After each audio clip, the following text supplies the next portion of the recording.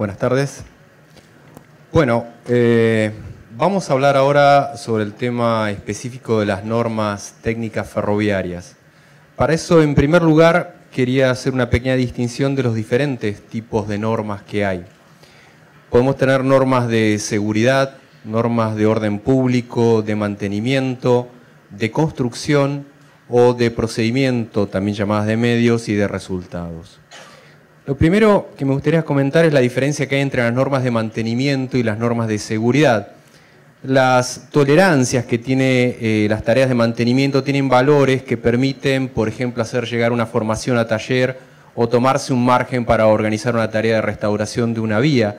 Pero en cambio las tolerancias de seguridad no pueden ser en ningún caso superadas, de lo contrario podría ocurrirse algún daño y debe procederse de alguna manera de inmediato para prohibir la circulación de un equipo o poner una precaución de velocidad o de restricción de carga por eje. En ferrocarriles argentinos en particular, históricamente la seguridad ha sido un subproducto del mantenimiento preventivo o correctivo y de las revisiones durante el servicio, así como de buen criterio de jefe de cada sector. Es interesante comentar que, por ejemplo, en los Estados Unidos, los ferrocarriles son íntegramente propiedad privada, son dueños de las vías, del material rodante, del terreno. Por lo tanto, el Estado no se mete tanto en las cuestiones de mantenimiento y eso lo deja más librado a las cuestiones propias de cada compañía, de cómo ejerce su negocio. Y sí se mete en los umbrales de seguridad, porque sí, si se vulneran los parámetros de seguridad, aparecen consecuencias sobre lo público. Es así que la Federal Railroad Administration, que es, salvando las distancias, el equivalente a la CNRT aquí de Argentina, pero en los Estados Unidos, tiene una gerencia de seguridad que se encarga de velar por todos los parámetros y cuestiones de seguridad que están establecidas en el tomo número 49 del Código Federal de Regulaciones. Los Estados Unidos es una economía muy libre, pero está fuertemente regulada en muchos aspectos. De hecho, hay 48 tomos antes del ferroviario, el 49 es el que se dedica a la parte ferroviaria y después hay otros que siguen por delante. Y ahí uno puede encontrar, están disponibles en Internet, todos los parámetros y umbrales de seguridad que controla la Federal Railroad Administration. No se encarga, es salvo en algunos temas muy puntuales, pero mayormente no se encarga de temas de mantenimiento. Eso lo deja librado a la explotación de cada empresa. Las normas de seguridad... por lo menos un concepto que me gustaría transmitirles es que la seguridad absoluta o el riesgo cero no existe. Hay una norma europea dedicada a temas de ferroviarios, que es la EN 50126. Esta norma habla sobre las RAMs. Las RAMs es un acrónimo de palabras que traducidas al español serían confiabilidad, disponibilidad, mantenibilidad y seguridad de los sistemas en general y en particular de las aplicaciones electrónicas de uso ferroviario. Y cuando tiene que definir la S de seguridad de las RAMs, la define como ausencia de riesgo inaceptable de daño. Y ahí entramos en parámetros que a veces hasta son culturales. ¿Qué es inaceptable para una sociedad y qué es aceptable para otra? Por ejemplo, que tengamos nosotros ramales ferroviarios de 30 kilómetros con 50 pasos a nivel, para nosotros es aceptable. Muy posiblemente en Alemania eso sería inaceptable. Que tengamos en el área metropolitana de Buenos Aires un promedio sostenido a lo largo de muchísimos años de prácticamente un muerto por día, es nuestro riesgo aceptable. Falta de cerramientos, sistemas de electrificación con tercer riel, de acceso muy vulnerable, etc. Así que las normas de seguridad, si bien son un umbral al que no hay que superar, reflejan el riesgo que una sociedad está dispuesta a correr en aras del progreso, partiendo de este precepto de que la seguridad absoluta o el riesgo cero no existen. También hay normas de orden públicos que no hacen ni a la seguridad ni al mantenimiento, pero que, por ejemplo, que una sociedad considera que son importantes, que el Estado las define, las cuide, como la limitación de ruidos, vibraciones, emisiones contaminantes, u otras afectaciones al medio ambiente o todo lo que tiene que ver con accesibilidad de personas con discapacidad. Este otro conjunto de normas que nos cuesta ubicarlas dentro de las de mantenimiento de seguridad se las suele definir como normas de orden público. Las normas de mantenimiento subyace en ellas diferentes estrategias económicas financieras de cómo se quieren organizar las empresas.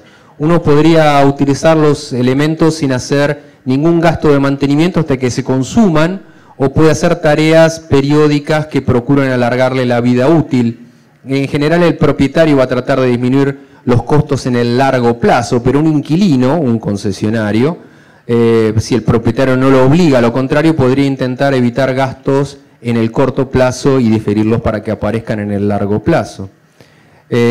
También hay casos en que el propietario puede no tener interés de efectuar gastos de conservación porque está próxima la obsolescencia por antigüedad o por desactualización tecnológica y prefiere, en lugar de mantenerlo, dejar que rápidamente se consuma para cambiarlo por otro más moderno de tecnología. También hay que tener en cuenta que si no se hacen los mantenimientos acordes, uno puede acortar la vida útil o inclusive no de ese bien sino de otros. Una vía mal mantenida puede llegar a producir mucho daño sobre el material rodante, perjudicándolo también a él.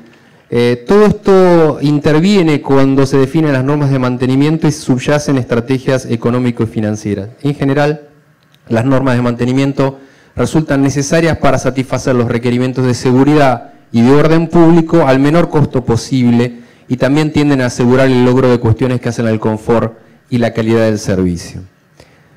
En el mantenimiento de vías hay una particularidad interesante de citar, que cuando empieza a no realizarse el mantenimiento de vías por problemas financieros o por la razón que fuere, uno siempre tiene un paliativo, que es reducir la velocidad o incluso la capacidad aportante hasta tornarla segura para la circulación. O sea, una vía no se puede mantener por determinada razón, entonces la variable de ajuste pasa a ser la disminución de la velocidad o la capacidad aportante.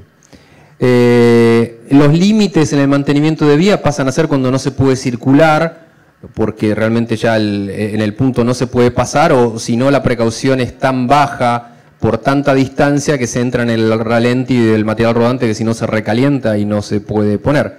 Pero entonces el mantenimiento de vías tiene esta particularidad de poder jugar con la velocidad y la capacidad aportante como un paliativo cuando no se realiza. Por supuesto no es lo correcto, ni lo adecuado, ni lo que debe ser, pero cuando eso sucede y nos pasa, la variable de ajuste pasa a ser eso. En el material rodante es distinto. Las tareas de mantenimiento están establecidas muy claramente en cartillas por cada tipo de unidad, y en función de kilometrajes o de tiempo se fijan las tareas que hay que hacer en cada caso, y están perfectamente establecidos los valores que deben cumplir los parámetros técnicos luego de una reparación, y esos límites son los que van a permitir llegar a la unidad en circulación, que no pueden ser sobrepasados en ningún momento. No existe material rodante como en la vía, quizás en algunos casos sería bueno que lo reanalicemos, pero históricamente no ha sido así, de poner una precaución de velocidad a la circulación del tren porque el tren no está debidamente mantenido. Un tren bien mantenido, un material rodante bien mantenido, tiene buenos márgenes, amplios márgenes de seguridad. Un material rodante mal mantenido tiene bajos márgenes de seguridad, y existe un set de parámetros límite por los cuales ese tren o ese material rodante puede salir o no a servicio, y lo definen los responsables en cada momento. También existen normas de construcción que deben respetarse para construir algo, pero el Estado también interviene en caso de obras que aunque no se lleguen a utilizar, sino que por la simple construcción puede afectar el interés público. Por ejemplo, un puente, aunque no llegue a librarse al uso público, o cualquier obra civil, tiene que ver que no colapse por acción de las fuerzas sísmicas, eólicas, hídricas, y causar un estrago. Hay todo un conjunto de estas normas de construcción. También otra forma de verlo es por normas de procedimientos o de medios y de resultados. Uno, por ejemplo, si tiene un durmiente, puede llegar a prescribir que soporten un determinado esfuerzo, una carga determinada, o puede prescribir que se empleen determinados medios para hacer el hormigón, se mezclan tantos kilos de esto con tantos kilos de aquello, y son dos formas de lograrlo, o por los resultados a alcanzar o por los medios a emplear. Tenemos normas que tienen un enfoque y normas que tienen el otro. En el primer caso, en las que son de resultados, estamos dejando librado al operador el medio para alcanzarlo siempre y cuando cumpla ese objetivo. Por lo general se emplean las normas de resultado cuando se las encarga a un tercero, y las normas de medio suelen reservarse para cuando uno tiene que instruir al personal propio en la forma en que tiene que realizar una determinada tarea. ¿Quién dicta las normas ferroviarias en Argentina? Bueno, antiguamente lo hacía Ferrocarriles Argentinos, tenía toda una estructura para desarrollar y para esas normas. Específicamente para el área de material rodante había un departamento NEFA de normas y especificaciones de Ferrocarriles Argentinos. Y toda esta estructura que tenía Ferrocarriles Argentinos para dictar las normas desapareció con los años 90, con el proceso de privatización. Me gusta distinguir que no todos los procesos de privatización de los años 90 fueron iguales. Vialidad Nacional no desapareció. Vialidad Nacional se achicó, se privatizaron, se concesionaron muchas rutas y caminos, pero conservó su biblioteca central, su núcleo duro de ingenieros, se preservó la información y el saber, aunque sea reducido. En Ferrocarriles Argentinos no fue así. Ferrocarriles Argentinos fue una bomba neutrónica donde desaparecieron los archivos, la gente que sabía, y mucho menos todo este proceso de cómo hacer las normas. Ahora, todos los contratos de concesión decían que se deben cumplir con las normas vigentes de FA, de Ferrocarriles Argentinos, y si las consideraba desactualizadas o inapropiadas, podría proponer su modificación, y también lo mismo valía para emplear nuevos materiales.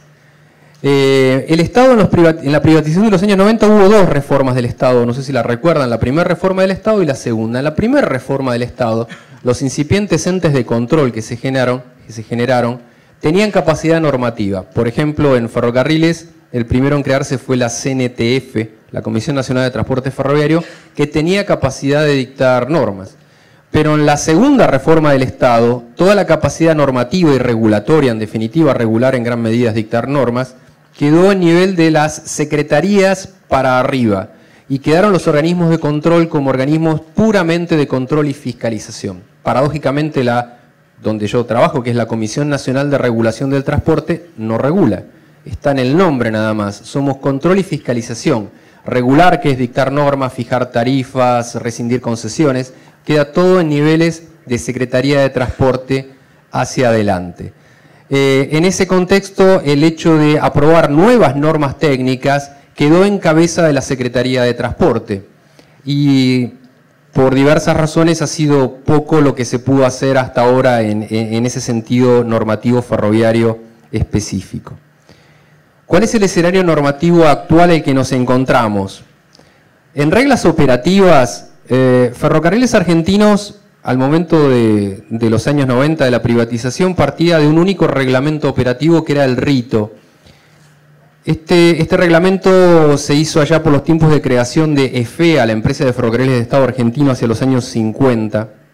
Previo a eso, en la etapa de los ferrocarriles privados ingleses y franceses, cada ferrocarril tenía su propio reglamento. No podían ir en contra del reglamento general y de la ley de ferrocarriles, pero cada empresa tenía su reglamento específico.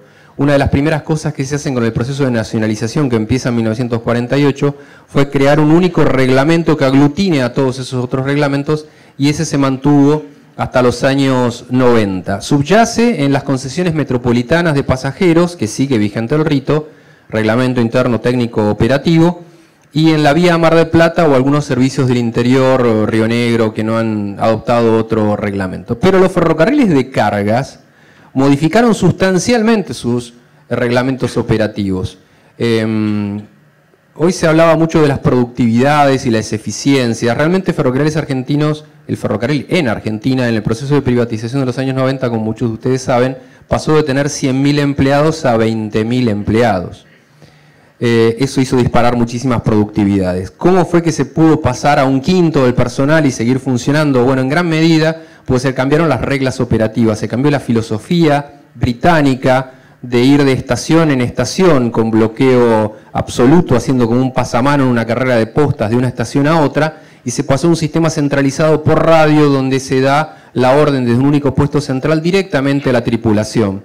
Esos son reglamentos tomados de filosofías norteamericanas de los ramales de baja densidad de los Estados Unidos, donde ellos operaban y operan bajo las modalidades de track warrant y direct traffic. Eso se ha traducido en nuestro país. La track warrant norteamericana es la AUV, la autorización de uso de vía, que es una traducción criolla, y el direct traffic, que la diferencia que tiene es que las secciones son fijas, se ha volcado en lo que nosotros conocemos como el BELSAT del Belgrano Cargas o el ACT de ALL de los brasileños, pero son modalidades traídas de los ramales de baja densidad de los Estados Unidos. Para eso hubo que hacer reglamentos específicos que reflejen a esas reglamentaciones distintas a las que veníamos usando. Y se le autorizó a cada ferrocarril un reglamento distinto. Y no son exactamente iguales, son parecidos, pero hay partes que tienen que ver con el señalamiento de las comunicaciones que son distintas. Inclusive el de FEPSA fue aprobado por decreto y los demás concesionarios fueron aprobados por resoluciones de ministro.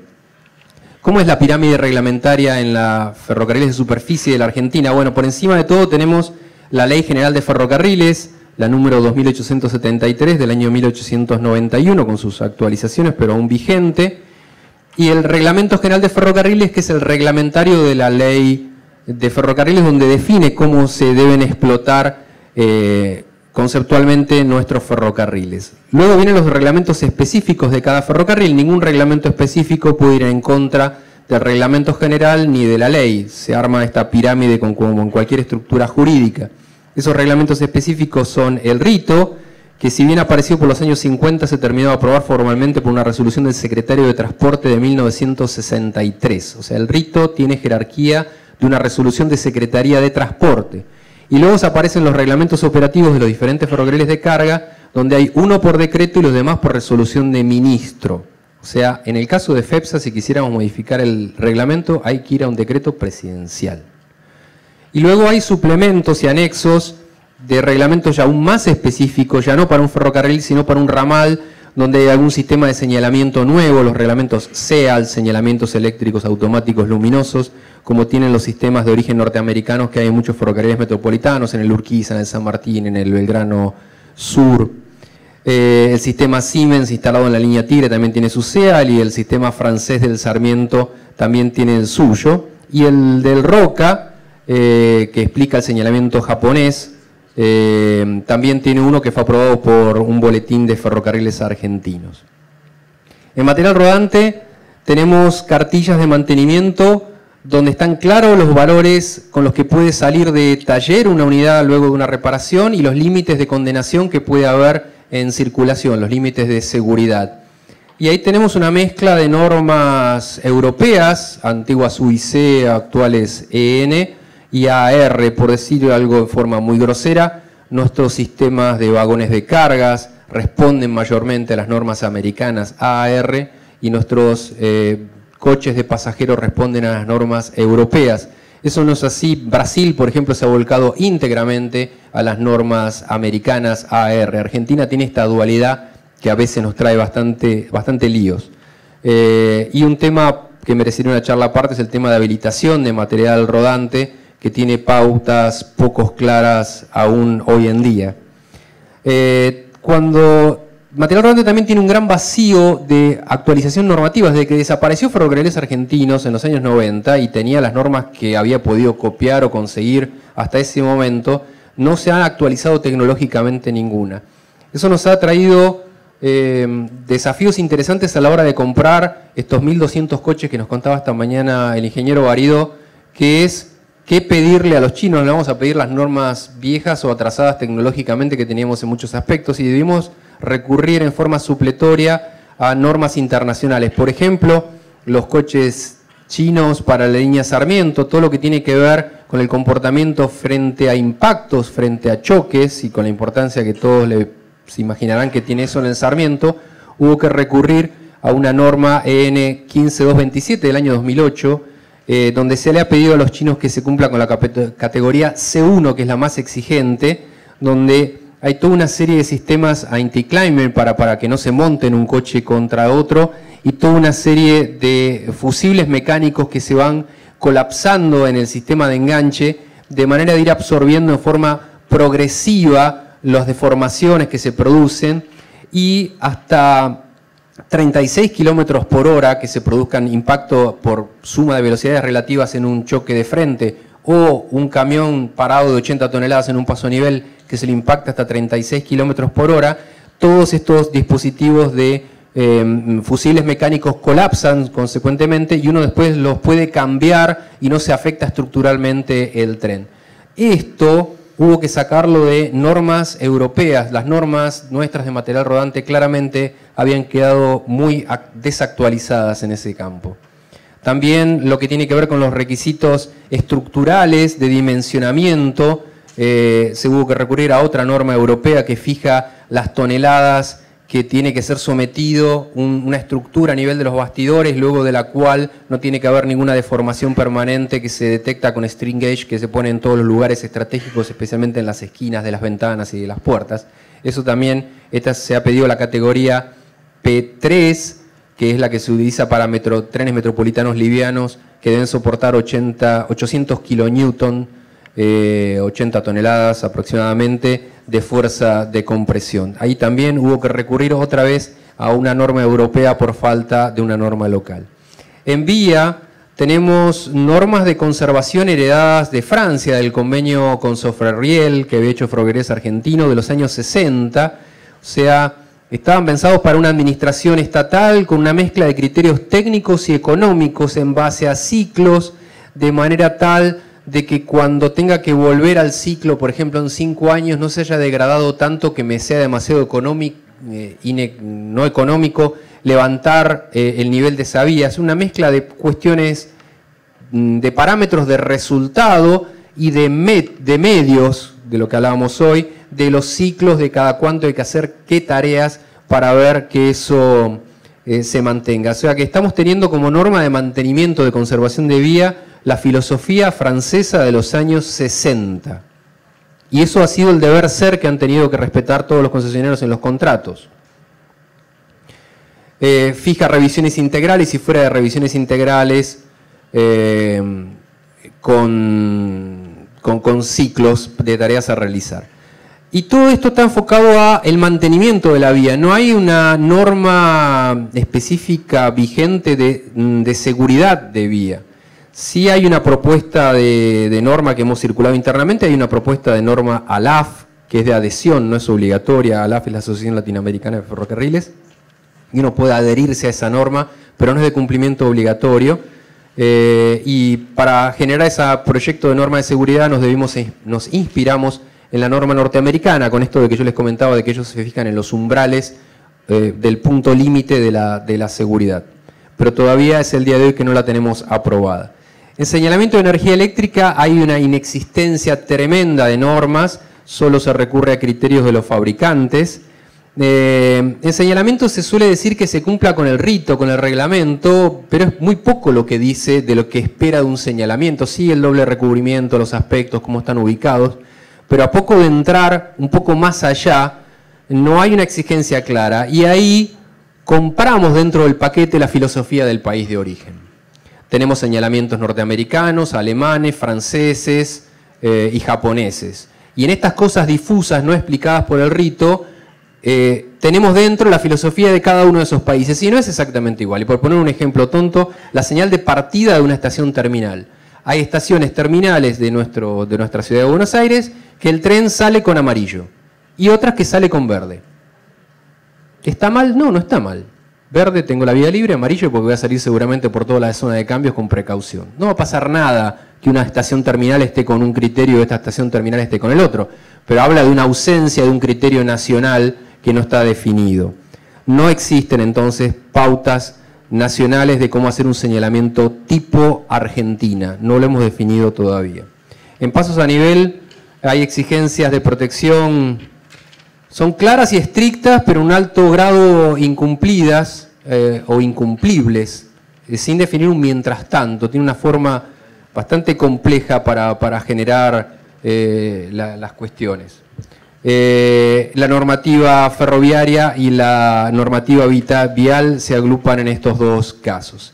Hay un trabajo de recopilación que me gustaría compartir con ustedes.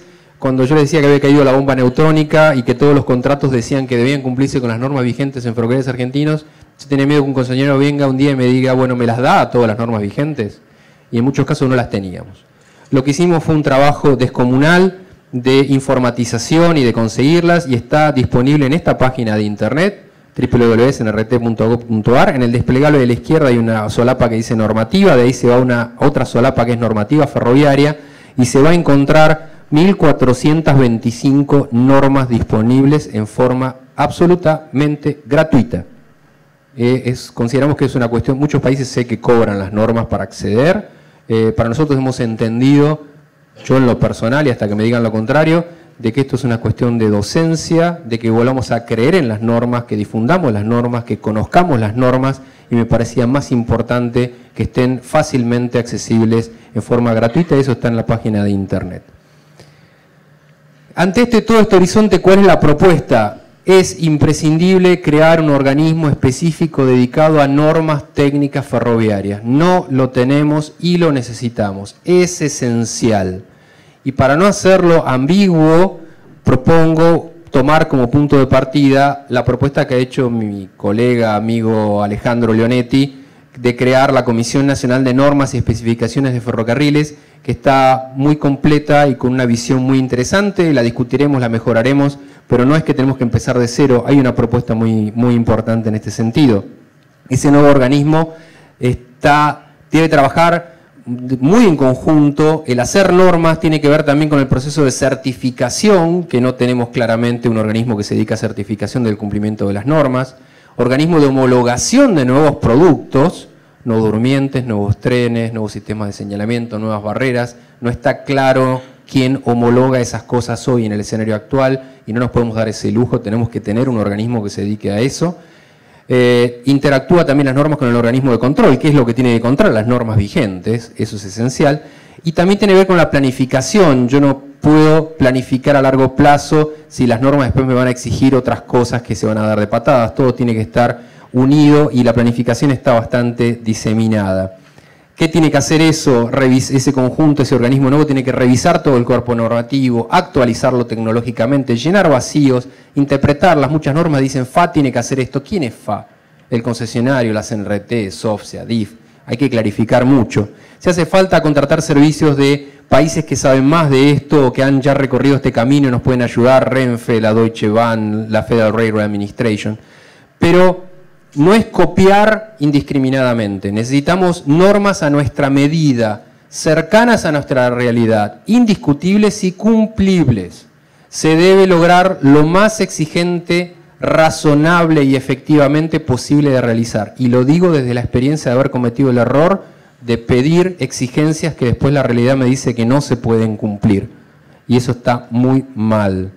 Para terminar, y con esto que me parece esencial, no copiar de cualquier manera, sino tratar de lograr el equilibrio de lo máximo razonable para nuestra realidad, y aprovechando que estamos en el ámbito de la Biblioteca Nacional, me gustaría terminar con una frase de Miguel de Cervantes, que está en el Quijote. Ustedes saben que Sancho Panza, para acompañar a Quijote, entre otras cosas, tenía la esperanza de que le dieran una isla para gobernar.